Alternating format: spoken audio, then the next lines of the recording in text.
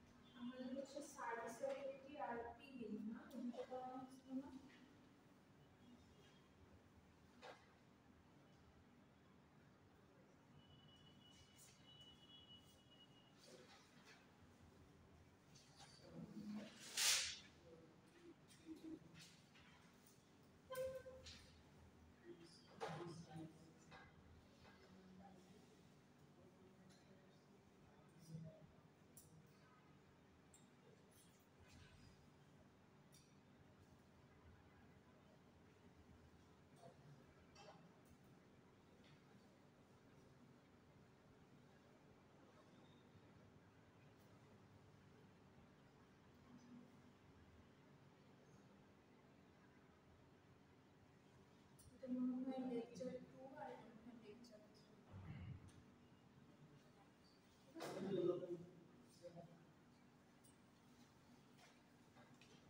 আচ্ছা, আজকে আমাদের যে টার্মটা সেটা হচ্ছে পোর্টালে আপলোড করে দিই। পোর্টালে আপলোড করা হয় আমাদের। আচ্ছা, ওই ভিতরে আপনাদের যে গ্রুপটা আছে না, কোয়ালিটি অ্যাসুরেন্স অনেকগুলো গ্রুপটা তো আমি তো যত সময় আপলোড করেছি আপনাদের যে গ্রুপটা সেই গ্রুপে একটা নক দিয়ে রাখবেন। আমি একবার চেক করে দেখবো আপলোড করব। আচ্ছা, আজকে আমাদের যে টপিকটা সেটা হচ্ছে কি ক্রিজ রেজিস্ট্যান্স। ক্রিজ জিনিসটা কি সেটা কি আমরা বুঝি? ক্রিজ মানে হচ্ছে ভাঁজ।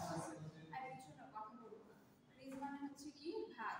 একটা ফ্যাব্রিক সেটাকে ধরেন আমরা যদি মাঝে বরাবর ফোল্ড করি তাহলে ওখানে কি একটা ভাঁজ ক্রিয়েট হবে না? এই জিনিসটাকে বলা হয় কি ক্রিজ। আর আমাদের যে টপিকটা সেটা হচ্ছে ক্রিজ রেজিস্ট্যান্স। সো বেসিক্যালি এই ক্রিজ রেজিস্ট্যান্সটাকে বলা হয় ফ্যাব্রিকের কি একটা property. Crease resistance is such a property of fabric that resists fabric from creasing. Resistance মানে কি? রেজিস্ট করা মানে বাধা দেওয়া। তার মানে ক্রিজ রেজিস্ট্যান্স হচ্ছে আমার ফ্যাব্রিকের এমন একটা প্রপার্টি বা এমন একটা ফিচার যেটা কি করবে ফ্যাব্রিকটাকে ক্রিজ করতে বাধা দিবে। And it is the property of the fabric by which there will be no crease even after light squeezing. মানে crease resistance এই প্রপার্টিটা যদি আমার ফ্যাব্রিকের মধ্যে থাকে তাহলে কি হবে না, ফ্যাব্রিকে কোনো ভাঁজ পড়বে না। মানে আমি যদি হালকাভাবে ফ্যাব্রিকটাকে স্কুইজ করি বা যদি ফোল্ড করি সেক্ষেত্রে ফ্যাব্রিকে কোনো ক্রিজ মার্ক পড়বে না। এরপর আসে হচ্ছে ক্রিজ রিকভারি। রিকভারি মানে কি?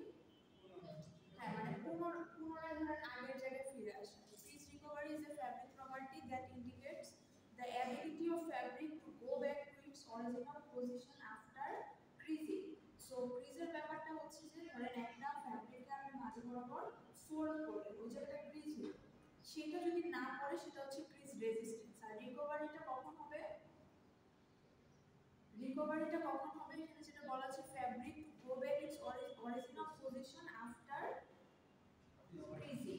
তার মানে ধরেন আপনি ফ্যাব্রিকটাকে মাঝে বরাবর ফোল্ড করবেন, করার পর ফ্যাব্রিকটা আবার আস্তে করে পুনরায় নিচের জায়গায় চলে যাবে, সেটা হচ্ছে কি ক্রিজ রিকভারি। তার মানে আপনি ফোল্ড করলেন বা ভাঁজ দিলেন কিন্তু এটা আবার কি করবে পূর্বের অবস্থানে ফিরে যাওয়ার ট্রাই করবে। And it is the property of a fabric by which crease is recovered without any external force. এবং এখানে ব্যাপারটা যেটা হয় একটা ছোট কাগজে টুকরা দেন, হ্যাঁ সিঙ্গেল যেটা আছে ধরেন একটা হচ্ছে কি ক্রিজ, মানে এটাকে আমি মাঝ বরাবর কি করলাম ফোল্ড করলাম, এটা হচ্ছে কি ক্রিজ। এখন এটাকে আমি যখন আবার ফোল্ড করার পর এটা আবার কি করব অটোমেটিক্যালি পূর্বের অবস্থায় যাবে। এখানে আমি কি করতেছি হাত দিয়ে এটাকে নিয়ে যাচ্ছি না, তার মানে কি আমি একটা এক্সটার্নাল ফোর্স অ্যাপ্লাই করতেছি। বাট যখন কিনা ফ্যাব্রিকের উপর আমার অ্যাডিশনাল কোনো ফোর্স দিতে হবে না, এটা ভাঁজ করার পর এটা অটোমেটিক্যালি পূর্বের অবস্থায় ফিরে যাবে, সেটা হচ্ছে কি ক্রিজ রিকভারি। সো এখানে মেইনলি দুইটা টার্ম আছে, একটা হচ্ছে ক্রিজ রেজিস্ট্যান্স আর একটা হচ্ছে কি ক্রিজ রিকভারি। দুইটারই ডেফিনেশন ভালোভাবে পড়বেন, শর্ট কোশ্চেনের জন্য কিন্তু কি ইম্পর্টেন্ট। এরপর আমাদের যে টার্মটা আছে সেটা হচ্ছে factors in influencing the crease resistance। আপনারা হচ্ছে প্রত্যেকটা চ্যাপ্টারে এরকম কিছু ফ্যাক্টরস দেখবেন। এখন ফ্যাক্টরস এর মধ্যে ফ্যাক্টরস বলতে এখানে বোঝাচ্ছে কি যে কোন কোন প্যারামিটার গুলো আমার ক্রিজ রেজিস্ট্যান্সটাকে কি করে ইনফ্লুয়েন্স করে। তো প্রথমেই যেটা আছে সেটা কি সিলেকশন অফ ফাইবার। ফাইবার সিলেকশনটা কেন, কারণ ধরেন ক্রিজ রেজিস্ট্যান্সটা বেসিক্যালি কিসের হয় ফ্যাব্রিকের হয়, তাই না? কিন্তু ফ্যাব্রিকটা আমরা বানাচ্ছি কি দিয়ে ইয়ার্ন দিয়ে বা হচ্ছে ফাইবার দিয়ে। সো কাপড়টা আমার কি ধরনের সেটা কিন্তু ডিপেন্ড করবে কি ফাইবার বা ইয়ার্নের উপর। এখন কি ধরনের ফাইবার আমি সিলেক্ট করতেছি এই জন্য এটা একটা ইমপ্যাক্ট থাকে। সিমিলারলি ধরেন টাইপস অফ ইয়ার্ন, দুইটাকে যদি আমি একই ক্যাটাগরিতে ফেলি, এখন ধরেন যে সকল ফাইবার বা ইয়ার্নের ক্ষেত্রে সেটা আমার কি স্ট্যাপল লেন্থ যেটা থাকে লং থাকে। কিছু কিছু আপনারা পড়ছেন না ফাইবারে textile fibre course, mathematics fibre, natural fibre, আমাদের ফাইবারের ক্ষেত্রে কি লং স্ট্যাপলও হতে পারে শর্ট স্ট্যাপলও হতে পারে। ওগুলোর বেসিসে এটার ক্রাইটেরিয়াগুলো কি হয় চেঞ্জ হয়। আবার ধরেন আমি যদি ইয়ার্নের কথা বলি, কটন ইয়ার্ন অথবা পলিস্টার ইয়ার্ন। কটন ইয়ার্নের মধ্যে বা আমি আপনাদের যদি একদম বেসিক एग्जांपल দেই, সুতি যে কাপড়গুলো থাকে এগুলোর মধ্যে দেখবেন কি ভাঁজ বেশি হয়। আবার পলিস্টার বা সিল্কের কাপড়ে দেখবেন কি ভাঁজটা কম হয়। এটা কেন হচ্ছে, কারণ এই যে ডিফারেন্ট টাইপস অফ ইয়ার্ন অথবা ফাইবার, তার মানে আমি কি ধরনের ফাইবার বা কি ধরনের ইয়ার্ন ইউজ করতেছি সেটার ইমপ্যাক্ট আমার কিসের মধ্যে পড়বে এই ফ্যাব্রিকের ক্রিজ রিকভারির মধ্যে পড়বে। এরপরে হচ্ছে ফ্যাব্রিক কনস্ট্রাকশন। আপনারা বলছেন না যে different weave plain twill satin, এই কনস্ট্রাকশনের উপর ডিপেন্ড করে আপনার ফ্যাব্রিকের জিএসএম যদি বেশি হয় অথবা ফ্যাব্রিকের কনস্ট্রাকশনের মধ্যে আপনার ইয়েটা যদি বেশি থাকে মানে থিকনেস যদি বেশি থাকে, সেটা অবশ্যই কি ডিফারেন্ট। যেমন ধরেন শার্টের কাপড় আর হচ্ছে প্যান্টের কাপড়, শার্টের কাপড়গুলো কি প্লেন উইভ, আর হচ্ছে আপনার যে ডেনিম প্যান্ট বা গ্যাবার্ডিনের প্যান্ট এগুলো থাকে এগুলো কি হচ্ছে টুইল উইভ। সো তুলনামূলকভাবে কিন্তু শার্টের কাপড়ের তুলনায় আপনার ডেনিম বা হচ্ছে প্যান্টের কাপড়ের থিকনেস বা জিএসএম এর কি থাকে বেশি থাকে, তাই না? সো ক্রিজ রিকভারি বা ক্রিজ রেজিস্ট্যান্স কিন্তু আমার ফ্যাব্রিকের কনস্ট্রাকশনের উপর কি করে ডিপেন্ড করে। এরপর হচ্ছে ওয়াশ এন্ড ওয়্যার, এটা তো একটা কমন টার্ম। এরপর হচ্ছে কি ডিফারেন্ট ট্রিটমেন্ট এগুলো হচ্ছে বিভিন্ন কেমিক্যাল ট্রিটমেন্টের মাধ্যমে এগুলোকে আপনার হচ্ছে রিকভার করা পসিবল। এখন আমরা আসি হচ্ছে টেস্টার নিয়ে। টেস্টার বলতে আমরা কি বুঝি? টেস্টার মানে কি, মানে যেই ইকুইপমেন্টটা দিয়ে বা যে ডিভাইসটা দিয়ে আমরা কি করব ওই প্যারামিটারটাকে আমরা টেস্ট করব। সো প্রত্যেকটার ক্ষেত্রে দেখবেন আলাদা আলাদা কিন্তু কিছু টেস্টার থাকে, নামগুলো কিন্তু অবশ্যই মানে কি মাথায় রাখতে হবে। হ্যাঁ, যেমন লাস্ট ক্লাসে আমরা পিলিং করছি, পিলিং এর ক্ষেত্রে কি ছিল মার্টেনডেল অ্যাপ্লিকেশন টেস্টার ছিল, তারপর আরেকটা আমাদের কি ছিল আইসিআর পিলিং বক্স টেস্টার ছিল। কিন্তু আমাদের ক্রিজ রিকভারির ক্ষেত্রে কিন্তু এগুলো ডিফারেন্ট, তার মানে এক একটা ডিফারেন্ট প্যারামিটারের জন্য এক এক রকম টেস্টার লাগে।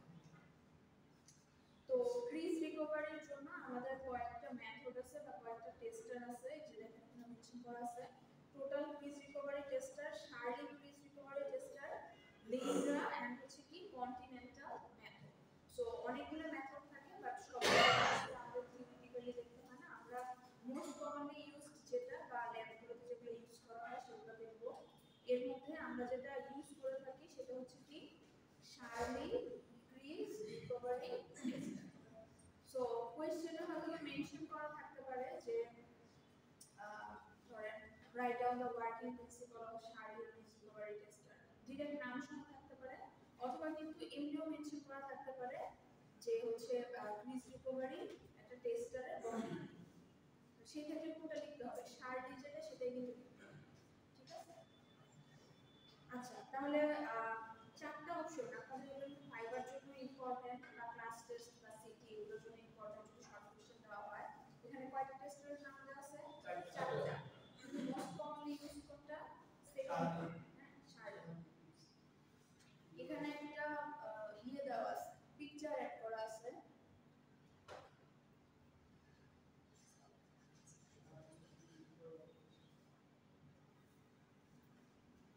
পিকচারের বেসিক কিছু টার্ম আমি আপনাদেরকে দেখাই দিচ্ছি, যখন আমরা প্রসিডিউরটা করব তখন আরেকটু ক্লিয়ার হবে।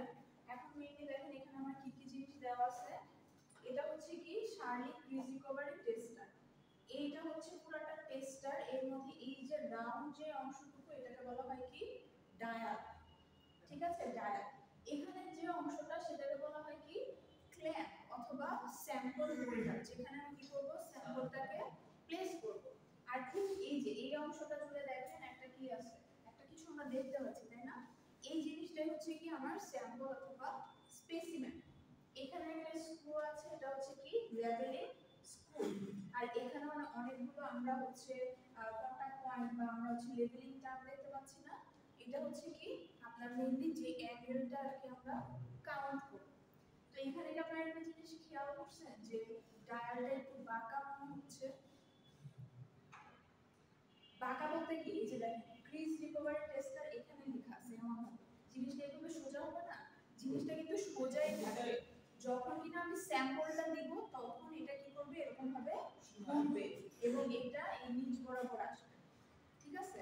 তো আপাতত একটু মেশিনটা সম্পর্কে আইডিয়া রাখেন, মানে একটুখানি মাথায় রাখেন যে মেশিনটা দেখতে আমার কি রকম হয়। আমরা যখন ওয়ার্কিং প্রসিডিউর করব তখন জিনিসটা কি ভালোভাবে বুঝতে পারবো। আর আপনাদের যে ল্যাব রিপোর্টগুলো থাকবে, ল্যাব রিপোর্টগুলো কিন্তু এই এক্সপেরিমেন্ট বেসিসেই থাকবে, ওখানে কিন্তু এই ছবিগুলোই দিতে হবে। ঠিক আছে, এটা গেল হচ্ছে আমাদের শার্লি ক্রিজ রিকভারি টেস্টার। এখন আমাদের তো কি প্রিন্সিপাল, মানে এই মেশিনের প্রিন্সিপালটা কি এখানে খুবই স্পেসিফিক ভাবে কিন্তু টার্মগুলো দেয়া আছে। একদম একটু পড়েন তো, দেখা যায় না আপনাদের কাছে এখান থেকে রিফ্লেক্ট পড়েন, একদম পড়েন, দেখে দেখেই পড়েন, সমস্যা নাই। প্রেজেন্টেশন তো দিতে হবে।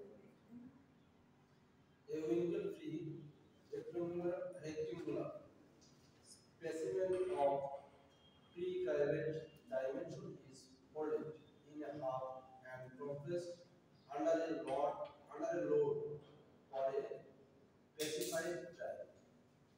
The load is then removed and the specimen is allowed to recover for the specified time. The amount of recovery is expressed as the angle between the limbs of the fold pieces of the crease equilibrium. আচ্ছা, principal বলতে এখানে mainly কি বোঝাচ্ছে, এটা কিন্তু working procedure না, এটা হচ্ছে কি মেশিনটা আমার কোন তত্ত্বে কাজ করে সেটা। তো এখানে একদম বেসিক, হ্যাঁ উদ্দেশ্য বলা যায় না, ওটা হচ্ছে আপনার অবজেক্টিভস হয়ে যায়, মানে মেশিনটা যে কাজ করে এটার মূল তত্ত্বটা কি সেটা। তো এখানে কিছু স্পেসিফিক টার্ম দেওয়া আছে যেটা অবশ্যই মাথায় রাখতে হবে। A wrinkle free rectangular specimen. Wrinkle মানে কি যে ভাঁজ, মানে ক্রিজ আমরা যেটাকে বলি সেটাই কিন্তু রিঙ্কেল। ঠিক আছে, ক্রিজ মানে হচ্ছে কি ভাঁজ, রিঙ্কেল মানে কি ভাঁজ। রিঙ্কেল ফ্রি মানে কি, মানে হচ্ছে যেটার মধ্যে কোনো ভাঁজ থাকবে না। রেক্টেঙ্গুলার মানে কি এই যে ধরেন গাছটা, এটা হচ্ছে কি রেক্টেঙ্গুলার শেপ, আয়তক্ষেত্রের মতো। A rectangular, a wrinkle-free rectangular specimen of prescribed dimension. Prescribed dimension মানে কি একটা নির্দিষ্ট ডাইমেনশন। আর আমরা জানি যে প্রত্যেকটা টেস্টিং এর জন্য আমার কি লাগবে, আলাদা আলাদা কিছু টেস্টার লাগবে এবং সেই টেস্টার অনুযায়ী আমার কি দিতে হবে, স্যাম্পলগুলো বা স্পেসিমেনগুলো দিতে হবে। Is folded in half, তার মানে কি এটাকে মাঝ বরাবর ভাঁজ করতে হবে and compress under the load for a specified time. এখন আমাদের কাজ হচ্ছে কি, আমাদের কাজ হচ্ছে আপনার ক্রিজ রিকভারিটা বের করা। হ্যাঁ, সবাই একটু এদিকে দেখেন। এখন আমাদের কাজ হচ্ছে ধরেন এটা যদি আমার স্যাম্পল হয়, স্যাম্পলটাকে মাঝ বরাবর ভাঁজ করব এবং শুধুমাত্র ভাঁজ করব না, ভাঁজ করে এটার মধ্যে কি করবো একটা লোড অ্যাপ্লাই যাতে করে ভাঁজটা কিছুক্ষণ মানে স্থায়ী, ঠিক আছে?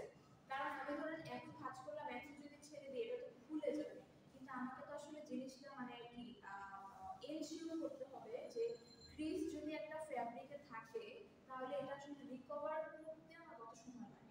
তো এই ক্রিজটা করার জন্য আমার অ্যাডিশনাল কি করতে হবে, একটা লোড অ্যাপ্লাই করতে হবে। যখন কিনা এই লোডটা আমরা রিমুভ করব তখন যে আমরা আমার এই যে এই ফ্যাব্রিকটা কতটুকু রিকভার করবে, এই লোডটা অ্যাপ্লাই করার পর এটা দেখবেন আস্তে আস্তে করে খুলবে। এখন এটা তো আসলে কাগজ, এটা ওইভাবে রেসপন্স করতেছে না, বাট ফ্যাব্রিক যখন হবে তখন এটা হবে। এখন ওই যে ফ্যাব্রিকটা আবার কি করবে, রিকভার করবে। এই রিকভারিটাকে, এই রিকভারি অ্যাঙ্গেলটাকে আমরা কি করব, পার্সেন্টেজে এক্সপ্রেস করব, তাহলে ওখানে একটা অ্যাঙ্গেল পাবো না। এখন ধর এটা যদি ফ্যাব্রিক হয়, এটা যদি আমি এরকম করি, এখানে একটা অ্যাঙ্গেল ক্রিয়েট হচ্ছে না, এই জিনিসটাকে যে আমরা এক্সপ্রেস করব ওইটাই হবে কি ক্রিজ রিকভারি অ্যাঙ্গেল।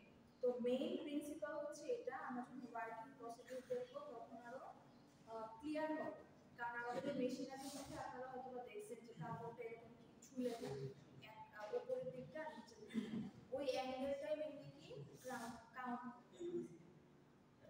আচ্ছা, এরপর যে টার্মটা দেওয়া আছে সেটা কি অ্যাপারটাস। অ্যাপারটাস বলতে বোঝায় যে এই টেস্টিং করার জন্য আমার কি কি লাগবে, কি কি লাগবে বলার তো নিজে থেকে একটু বলার চেষ্টা করেন তো।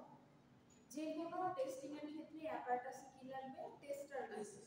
যেহেতু এটা হচ্ছে ক্রিজ রেজিস্ট্যান্স অথবা ক্রিজ রিকভারি, সেক্ষেত্রে আমার কি লাগবে, শারীরিক ক্রিজ রিকভারি টেস্টার লাগবে।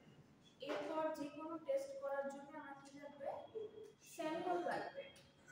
এবং স্যাম্পলটাকে যেহেতু আমরা কি করি, কাটি, কি দিয়ে রাখবো, কেচি দিয়ে, তার মানে আমার সিজার লাগবে। তো এই কয়েকটা জিনিস হচ্ছে একদমই কমন। আর এই পারপাসে আমার কিছু জিনিস এক্সট্রা লাগে, সেটা হচ্ছে কি টুইজার, লোড আর হচ্ছে টেমপ্লেট। লোড মানে কি, ওই যে আমি বললাম অ্যাডিশনাল একটা কিছু দিয়ে ফ্যাব্রিকের উপর চাপ দিব, ওটা হচ্ছে লোড। আর টুইজার কি, টুইজার হচ্ছে আপনার চিমটি, চিমটি চেনেন না, যে মানে হচ্ছে আমি যখন এটা তো টেস্টিং জিনিসটাকে খুবই সেনসিটিভ। এখন ধরেন এই জিনিসটা এইভাবে আছে, আমি যদি ওকে হাত দিয়ে ধরি, এই যে ধরেন হাত দিয়ে ধরার সাথে সাথে কিন্তু অ্যাঙ্গেলটা বড় হয়ে গেল। সো আমাকে এমন ভাবে জিনিসটাকে হ্যান্ডেল করতে হবে যাতে করে রেজাল্টে কোনো ইফেক্ট না আসে। যখন কিনা টুইজার দিয়ে আমি এভাবে আলাদা করে ধরবো তখন দেখা যাবে কি এই চেঞ্জটা অতটা বেশি হবে না। আর টেমপ্লেট জিনিসটা কি, টেমপ্লেট হচ্ছে যেটার মাপ দিয়ে আমি ফ্যাব্রিকটাকে কাটবো, ঠিক আছে? সো সিজার, তারপর হচ্ছে স্যাম্পল আর হচ্ছে টেস্টার, এই তিনটা জিনিস আপনি সব জায়গায় পাবেন। বাকিগুলো হচ্ছে এক্সপেরিমেন্ট ওয়াইজ কি হবে, চেঞ্জ হবে। আচ্ছা, এরপর মেশিন ডেসক্রিপশনটা আমরা একটু দেখি, মানে আসলে ওই মেশিনের স্পেসিফিকেশন আর কি। এটা আমি একটু আগে আপনাদেরকে ছবি দেখে, হ্যাঁ ছবি দেখে যেগুলো বললাম এগুলো এখানে দেখেন লেখা আছে, এ circular dial graduated in degrees along its periphery with an accuracy of 0.5 degree। তার মানে আমার মেশিনের প্রথম যে জিনিসটা সেটা কি, একটা সার্কুলার ডায়াল থাকবে এবং 0.5 ডিগ্রি গ্যাপে গ্যাপে এটা কি থাকবে, অ্যাঙ্গেলগুলো মার্কিং করা থাকবে। A knife edge and the index line for measuring the recovery angle directly under the center of the dial। নিচের দিকে একটা কাটা মতো এরকম স্ট্রেট ছিল না, মানে ধরেন এটা স্ট্রেটই থাকবে, ডায়ালটা তো এরকম থাকে, ডায়ালটা যখন ঘুরবে এটা কিন্তু স্ট্রেটই থাকবে, যেটার মাধ্যমে আমি কি করব, অ্যাঙ্গেলটাকে কাউন্ট করব। Specimen clamp to hold one leaf of the specimen in such a way that the fold lies in a horizontal line of the axis of the circular scale। এটা কি, এটা হচ্ছে specimen clamp। এখানে আসলে একই ওয়ার্ডকে আপনার হয়তো অনেক মানে অনেকগুলো সিমিলার ওয়ার্ড ট্রান্সফার করা হয়। স্পেসিমেন ক্ল্যাম্প কোনটা, স্পেসিমেন ক্ল্যাম্প এই জিনিসটা কি, স্যাম্পল হোল্ডার, ঠিক আছে? আমরা বললাম না যে স্যাম্পলটা যেখানে আমি প্লেস করব ওইটাই হচ্ছে স্যাম্পল হোল্ডার, ওইটাই হচ্ছে কি স্পেসিমেন ক্ল্যাম্প। এখানে বলা হচ্ছে, খেয়াল করে দেখেন, ধরেন এটা যদি আমার স্পেসিমেন ক্ল্যাম্প হয়, আমি কি করব, আমার যে স্যাম্পলটা আছে এটার কয়টা সাইড, দুইটা সাইড না, ধরেন এটা একটা লিঙ্ক, এটা হচ্ছে আরেকটা লিঙ্ক, আমি এখানে প্লেস করব কয়টা লিঙ্ক, একটা। তার মানে আমার স্যাম্পল হোল্ডার অথবা ল্যাম্পের মধ্যে আমি কি করব স্যাম্পলের একটা লিংক প্লেস করব এমন ভাবে যাতে করে আরেকটা লিংক কি থাকে হ্যাঙ্গিং অবস্থায় থাকে মানে এটাকে আমি এমন ভাবে প্লেস করতে পারবো না আবার এমন ভাবে প্লেস করতে পারবো এমন ভাবে প্লেস করতে হবে যাতে কি একটা লিংক বসে আরেকটা লিংক হ্যাঙ্গিং অবস্থায় থাকে and leveling screw is used to level the machine এটা হচ্ছে যে এক সাইডে যে একটা leveling screw ছিল এটা মেশিনটাকে লেভেল করা এখন ধরেন মেশিনের ডায়ালটা যদি আমরা প্রথম থেকে একটু ঘুরে থাকে তাহলে কি হবে অ্যাপ্রোপ্রিয়েট আমরা রেজাল্ট পাবো না সো এটা যাতে একদম জিরোতে থাকে ওই লেভেলিংটা করার জন্য আমরা কি করব লেভেলিং স্ক্রুটা ইউজ করব ঠিক আছে বুঝতে পারছেন মানে আসলে এটা মুখস্থ করার বিষয় না আপনাদের বুঝে অ্যানসার দিতে হবে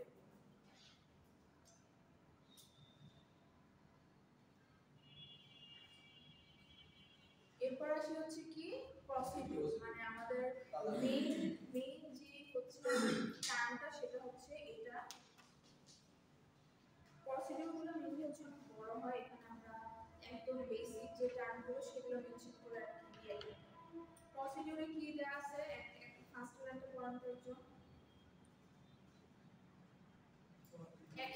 একটা লাইন পড়ে এখন বুঝান কারণ অলরেডি আমরা মেশিন ডেসক্রিপশন দিছি প্রিন্সিপাল দিছি এখানে কিন্তু টার্মগুলো চলে আসছে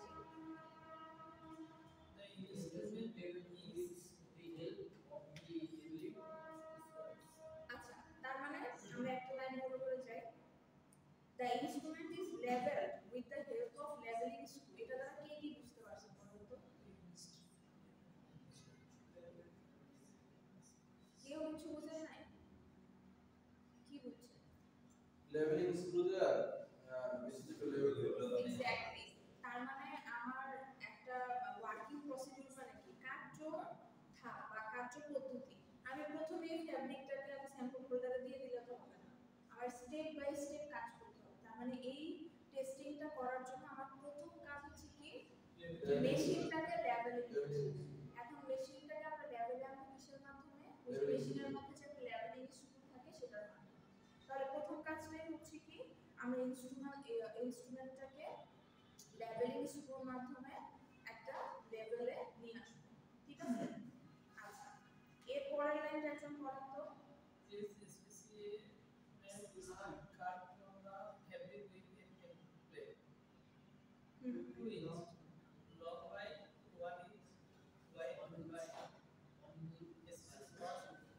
or plate আচ্ছা এখানে হচ্ছে কি আমাদের স্যাম্পলটাকে কাট করতে হবে হ্যাঁ এখন আমরা স্যাম্পলটাকে কাট করব কিসের বেসিসে অবশ্যই এই টেস্টারের একটা নির্দিষ্ট স্ট্যান্ডার্ড ওয়াইজ এবং আমরা শুরুতেই বলছিলাম যে আমাদের এখানে আপনার অ্যাঙ্গেল টেস্ট হিসেবে টেমপ্লেট থাকে ওই টেমপ্লেটটাকে ধরেন এটা টেমপ্লেট জিনিসটা কি মানে এটা হচ্ছে অনেক বড় একটা ফ্যাব্রিক এটার মধ্যে আমি এটা বসাইলাম এটা হচ্ছে কি টেমপ্লেট এটা বসাইলাম এখন এটার যে মাপ সেই অনুযায়ী আমি যদি এটাকে কাটি আমি একটা নির্দিষ্ট ডাইমেনশনের ফ্যাব্রিক পাবো না তার মানে টেমপ্লেটটা দিয়ে আমরা কি করি একটা নির্দিষ্ট ডাইমেনশনের স্যাম্পল কাট করি এখন এই টেস্ট করার জন্য আমার যতটুকু স্যাম্পল দরকার আমি কিন্তু ততটুকুই কাট করব আমি এখানে 10 সেন্টিমিটার বাই 10 সেন্টিমিটার কিন্তু কাট করতে পারবো না ঠিক আছে তো এই টেস্টার অনুযায়ী এই টেস্টিং ইকুইপমেন্ট অনুযায়ী আমার যে ফ্যাব্রিকের ডাইমেনশনটা লাগবে সেটা কি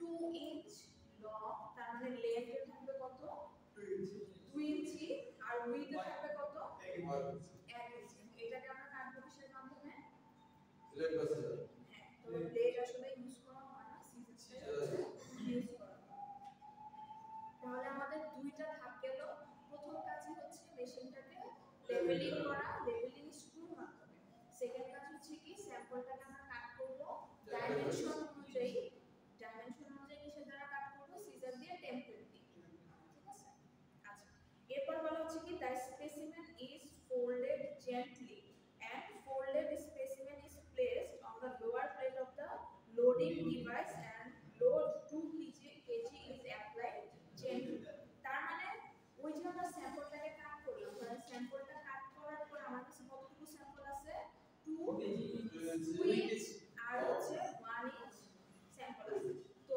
লেন্থ বরাবর আমি এটাকে কি করব দুই ভাগে না সরি মানে ফোল্ড করব ফোল্ড করার পর এটার উপরে আমি কি করব লোড অ্যাপ্লাই করব। এখন কতটুকু লোড অ্যাপ্লাই করব সেটাও কিন্তু বলা আছে, মিনিমাম হচ্ছে 2 kg. After the load is removed, the specimen is transferred to the clamp of the instrument. তার মানে যখন কিনা এই যে এখানে যে লোডটা দেওয়া ছিল সেটাকে যখন আমি সরায় ফেলবো তখন এই স্যাম্পলটাকে আমার কি করতে হবে, লেট করা যাবে না। লেট করলে কি হবে, পিসটা কিন্তু রিকভার হয়ে যাবে। এটাকে আমার কি করতে হবে, ওই ক্ল্যাম্পের মধ্যে বা স্যাম্পল হোল্ডারের মধ্যে প্লেস করে দিতে হবে। As the specimen recovers, the dial is rotated to keep the free edge of the specimen in line with the knife edge. তার মানে আমি যখন ক্ল্যাম্পের মধ্যে এটাকে দিচ্ছি, এটা তো একটা নির্দিষ্ট ডাইমেনশনে থাকবে, তাই না? এবং ডায়ালের কাজটাই হচ্ছে কি, রোটেট করা। যখন আমি এটাকে দিব তখন ডায়ালটা এমন ভাবে রোটেট করবে যাতে করে এই যে প্রান্তটা আছে এটা নিচে সোজা অবস্থায় থাকে। এখন ধরেন আমার এই স্পেসিমেনটা এরকম সোজা অবস্থায় থাকবে, কিন্তু ওইদিকে কিন্তু আমার ডায়ালটা ঘুরে গেছে। তার মানে কতটুকু অ্যাঙ্গেল সেটা কিন্তু আমরা কি করব, পেয়ে যাব। At the end of the time period 5 minutes allowed for recovery. তার মানে আমি এখানে সময় দিব কতক্ষণ, 5 মিনিট। এই যে ফর্ম করবে, যে এখন যেটা বলতেছি সেটার বেসিস, মানে প্রসিডিউরটা এখনো শেষ হয়নি। At the end of the time period, এখানে টাইম পিরিয়ড বলা হচ্ছে কত, 5 minutes. 5 minutes allowed for recovery and the recovery angle in degrees is recorded from the dial. ঠিক আছে? তার মানে কি, আমি স্যাম্পলটাকে প্লেস করার পর আমাকে 5 মিনিট সময় দিতে হবে। 5 মিনিট সময় কেন দিতে হবে, ভাঁজটা রিকভার করার জন্য। ওই যে যেটা বললাম, ধরেন আপনার ভাঁজটা আছে এরকম অবস্থায়, এখন ওকে আস্তে আস্তে কিন্তু এটা রিকভার করবে। ধরেন এরকম আছে, ও কিন্তু আস্তে আস্তে এরকম হবে। এখন এই যে এখান থেকে এতটুকু যাচ্ছে, এটাই হচ্ছে আমার কি, রিকভারি অ্যাঙ্গেল। এটাই আমি কাউন্ট করব কোথা থেকে, ডায়াল থেকে। The above procedure is repeated for the all workway and waveway specimen and the average recovery angle is calculated. এটা আমরা লাস্ট ক্লাসে বলছি যে আমরা যখন এক্সপেরিমেন্টটা করি তখন এই কথাগুলো কি একবার বলতেছি, তার মানে একটা স্পেসিমেনের জন্য বলতেছি, বাট এই কাজটা করা হয় কয়েকবার। ঠিক আছে, মিনিমাম 5 থেকে 7 বার। এবং টোটাল যে এভারেজটা ওইটাকে আমরা কাউন্ট করে কি হিসেবে একটা এক্সাক্ট রেজাল্ট হিসেবে। এটা একটা মানে ইয়ে হয়ে গেছে, শিডিউল চেঞ্জ হয়ে গেছে। আমাদের পাশে একটা ক্লাস হবে। আচ্ছা এখন একটু এখানে আসেন আপনারা, প্রসিডিউরটা আমি আরেকবার ক্লিয়ার করে দেই। আমাদের প্রথম কাজ কি, প্রথম কাজ হচ্ছে এই মেশিনটাকে আমরা কি করব, বলেন একজন একজন করে বলেন।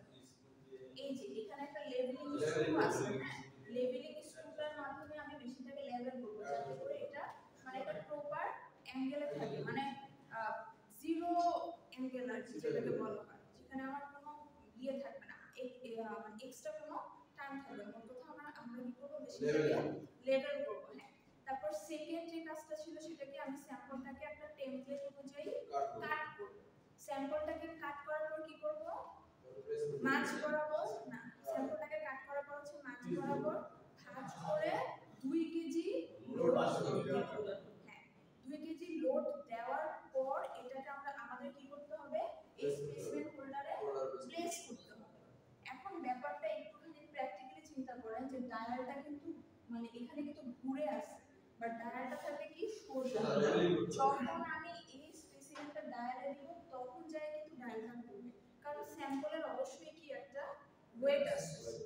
ঠিক আছে, এখন ধরেন স্যাম্পলটা থাকবে এমন একটা পজিশনে, আমি এটাকে কি করব, 5 মিনিট সময় দিব রিকভার করার জন্য। কারণ ধরেন এটা আছে আপনার এরকম অবস্থায়, 5 মিনিট পরে কি হবে, এই নিচের অ্যাঙ্গেলটা আপনার হয়তোবা সোজা হবে। এখন কতটুকু সোজা হবে এটা তো আমরা জানি না, এটাই আমরা মাপবো কোথা থেকে, এই নিচ থেকে। ধরেন আগে ছিল 100 তে, পরে আসলো হচ্ছে আপনার 50 এ, 150 এ। তার মানে কি এখানে কতটুকু চেঞ্জ হয়েছে, 50 ডিগ্রি। ঠিক আছে, তার মানে আমাদের অ্যাঙ্গেলটা বুঝতে হবে যে রিকভারি অ্যাঙ্গেল, টোটাল অ্যাঙ্গেল না কিন্তু রিকভারি অ্যাঙ্গেল মানে কি ভাঁজ করার সময় এতটুকু ছিল, রিকভারি টাইম দেওয়ার পর এটা কতটুকু চেঞ্জ আসছে, ঠিক আছে? এটাই হচ্ছে আমার মেইন প্রসিডিউর। এছাড়া আমাদের লাস্টে আরেকটা জিনিস লাগে, সেটা কি, এটা মনে হয় এখানে অ্যাড করা নাই, ওইটা একটু আপনাদের নিজেদের টাস্ক, যেটা এখন আমরা ক্লাসে কমপ্লিট করে ফেলবো, ওইটা আপনাদের লাগবে। আমাদের প্রত্যেকটা এক্সপেরিমেন্টের লাস্টে আমরা কি লিখি? কনক্লুশন অবশ্য ল্যাব রিপোর্টে লিখি। টেস্টিং এর ক্ষেত্রে প্রিকশন, প্রিকশন মানে কি? সাবধানতা, এক্স্যাক্টলি। এখন আমি বলছিলাম না যে আমাদের প্রত্যেকটা এক্সপেরিমেন্টে কিছু সাবধানতা অবলম্বন করতে হয় এবং কমন কিছু সাবধানতা আছে আর এক্সপেরিমেন্ট ওয়াইজ কিছু সাবধানতা আছে। এখন বলেন আপনি যে এক্সপেরিমেন্টটা করতে যাবেন আপনাকে কি কি সাবধানতা অবলম্বন করতে হতে পারে? আচ্ছা একটা একটা করে, হ্যাঁ একটা অ্যানসার পাইছি, এটা অবশ্যই আমাদের করতে হবে, কারণ আমরা যদি লেভেলিংটা প্রপারলি না করি রেজাল্টটা অবশ্যই কি চেঞ্জ আসবে। সো আমাদের, হ্যাঁ আমাদের ফার্স্ট প্রিকশন হবে কি, আপনাদের প্রিকশন লেখার একটা মানে টেকনিক আমি শিখিয়ে দিই। প্রিকশন লেখার সময় কি করবেন, ওয়ার্কিং প্রসিডিউরটা দেখবেন বা হচ্ছে মাথায় রাখবেন। যেমন ধরেন আপনি তো জানেন এই এক্সপেরিমেন্টটা কিভাবে করতে হয়, তাই না? আপনার সামনে এখন ওয়ার্কিং প্রসিডিউর আছে, আপনি প্রত্যেকটা পয়েন্ট পড়লেই বুঝবেন যে আসলে কোন পয়েন্টের জন্য কি প্রিকশন হবে। যেহেতু এখানে প্রথমে বলা হচ্ছিল কি যে লেভেলিং স্ক্রু মাধ্যমে মেশিনটাকে লেভেল করতে হবে, তার মানে আমাদের প্রিকশনে কি লিখবো আমরা? The machine should be leveled with the help of leveling screw। একটা কথা মনে রাখবেন, প্রিকশনে সব সময় should be বা must be ইউজ করতে হয়, ঠিক আছে? আপনি যদি এটা লিখেন ইনস্ট্রুমেন্ট ইজ লেভেলড, তাহলে কিন্তু প্রিকশন ভুল মানে একদম জিরো। আপনি এটা কি ওয়ার্কিং প্রসিডিউর মানে আপনি করছেন যে আমি মেশিনটাকে লেভেলিং করলাম, আর প্রিকশন হচ্ছে কি করতে হবে বা করা উচিত। তার মানে এখানে আমার সেন্টেন্সে জাস্ট চেঞ্জ হবে কি শুড বি অথবা মাস্ট বি, ঠিক আছে? তাহলে আমাদের ফার্স্ট প্রিকশনটা কি হবে, এগুলো কিন্তু স্লাইডে দেওয়া নাই বা পরীক্ষায় কিন্তু আসবে।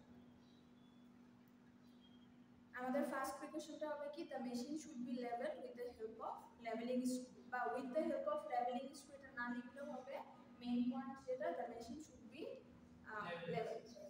আচ্ছা, তারপর আমরা বলতে পারি যে sample should be cut according to its dimension, বা আপনারা চাইলে নিজেদের ভাষায় লিখতে পারেন, মানে মোট মেইন যে কনসেপ্টটা সেটা হচ্ছে কি স্যাম্পলটাকে তার ডাইমেনশন অনুযায়ী কাট করতে হবে। তারপর কি করতে হবে, প্রপারলি লোডটা অ্যাপ্লাই করতে হবে। এখন ধরেন আমার যেই ফ্যাব্রিক ডাইমেনশন সেটার জন্য আমার 2 কেজি দেওয়া দরকার, আর আমি যদি 10 কেজি দেই হবে কিন্তু আমি রেজাল্ট পাবো না, কারণ একটা জিনিসে আপনি যদি 2 কেজি লোড দেন, যে ভাঁজ করবে 10 কেজিতে ভাঁজ কি করবে আরো মানে একদম বেশি করবে, তার মানে ওইটা রিকভার হইতে সময়ও বেশি লাগবে, অ্যাঙ্গেলটাও বেড়ে যাবে। সো লোডটা কি করতে হবে, প্রপারলি অ্যাপ্লাই করতে হবে। আচ্ছা, এরপরে আমরা প্রিকশনে কি বলতে পারি, আমরা যে স্যাম্পলটাকে প্লেস করব মানে স্যাম্পল হোল্ডারে যে রাখবো সেটাকে প্রিসাইসলি দিতে হবে, কারণ স্যাম্পলটা প্লেস করার সময় যাতে আমার অ্যাঙ্গেলটা চেঞ্জ না হয়। আমাদের দুইটা লিঙ্ক থাকে না, যেই লিঙ্কটাকে আমরা হচ্ছে স্যাম্পল হোল্ডারে প্লেস করব ওইটার মধ্যে টুইজার দিয়ে ধরে আস্তে করে নিয়ে দিয়ে দিতে হবে। এরপর লাস্ট যে আমাদের প্রিকশনটা সেটা লাস্ট দুইটা প্রিকশন, এর মধ্যে একটা হচ্ছে কি স্যাম্পলটাকে আমরা রিকভার হওয়ার জন্য কতটুকু সময় দেব, 5 মিনিট, মানে 5 মিনিটটা হচ্ছে এই টেস্টিং এর জন্য স্ট্যান্ডার্ড। এখন 5 মিনিটের জায়গায় আমি যদি আবার 2 মিনিট দেই হবে না কিন্তু, কারণ তাহলে অ্যাঙ্গেলটা কি হবে কম আসবে, আবার যদি 15-20 মিনিট দেই অ্যাঙ্গেলটা কিন্তু বেড়ে যাবে। সো এই জন্য আমাদের রিকভারি অ্যাঙ্গেলের জন্য সময় দিতে হবে কতক্ষণ, 5 মিনিটস। আর একদম লাস্টলি আমরা যেটা দিব সেটা হচ্ছে কি যে আমরা যে এটা নিব রেজাল্টটা নিব সেটা অ্যাকুরেট হতে হবে, কারণ আমি আপনাদের প্রথম দিনই বলছিলাম যে কোনো এক্সপেরিমেন্টে প্রিকশন আপনি যখনই লিখবেন তখন 3টা জিনিস অবশ্যই দিবেন, সেটা হচ্ছে যে আপনার স্যাম্পলটাকে ডাইমেনশন অনুযায়ী কাট করা, তারপর হচ্ছে স্যাম্পলটাকে প্রপারলি প্লেস করা, আর হচ্ছে রেজাল্টটা অ্যাকুরেটলি কাউন্ট করা।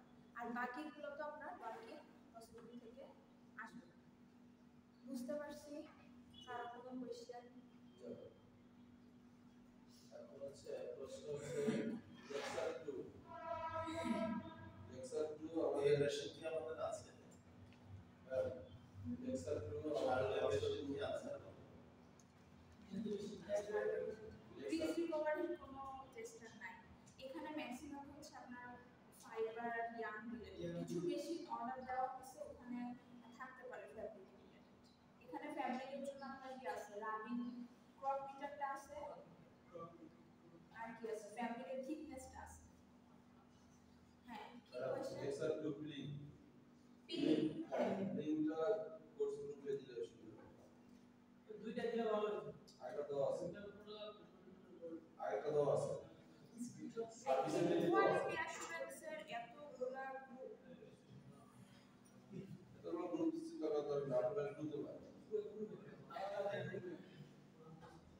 গ্রুপে দেওয়া আছে। পরে আমরা 12 ব্যাচের সাথেও নেওয়া হচ্ছে। দেখেন ক্লিয়ার আছে।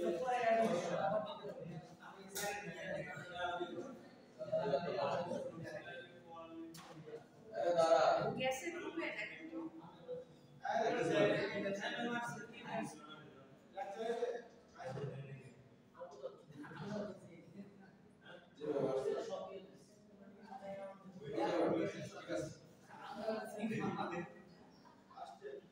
আচ্ছা, কখন যদি কোনো লেকচার ওই গ্রুপে একটা মেসেজ দিবে, কারণ যে বললাম তো গ্রুপ অনেকগুলা, মানে অনেক সময় দেখা যায় আমি দিছি বাট আমার ইয়েটা থাকে না, যেমন এটা ওই ব্যাচে ওটা করবে আছে, আর রেজিস্ট্রেশন তো মনে করেন নাই, পোর্টাল খুলে তো দেখি ভাই 2 জন 3 জন 4 জন আপনি আবার ইজি তো আমি হচ্ছে এক সারিতে টাকা দেওয়া হচ্ছে। গত পুরো আপনি ইয়ে সাথে কথা বলেন নাই, সরাসরি নিয়ে যাবে কোঅর্ডিনেটর স্যারের সাথে কথা বলেন নাই, যাদের টাকা দেওয়া হয়ে গেছে 1 তারিখ, আজকে কত তারিখ, 22 তারিখ, 22 তারিখ বা 20 দিন হয়ে যাচ্ছে, কেন আমি কিন্তু এই উইকের মধ্যে অ্যাটেন্ডেন্স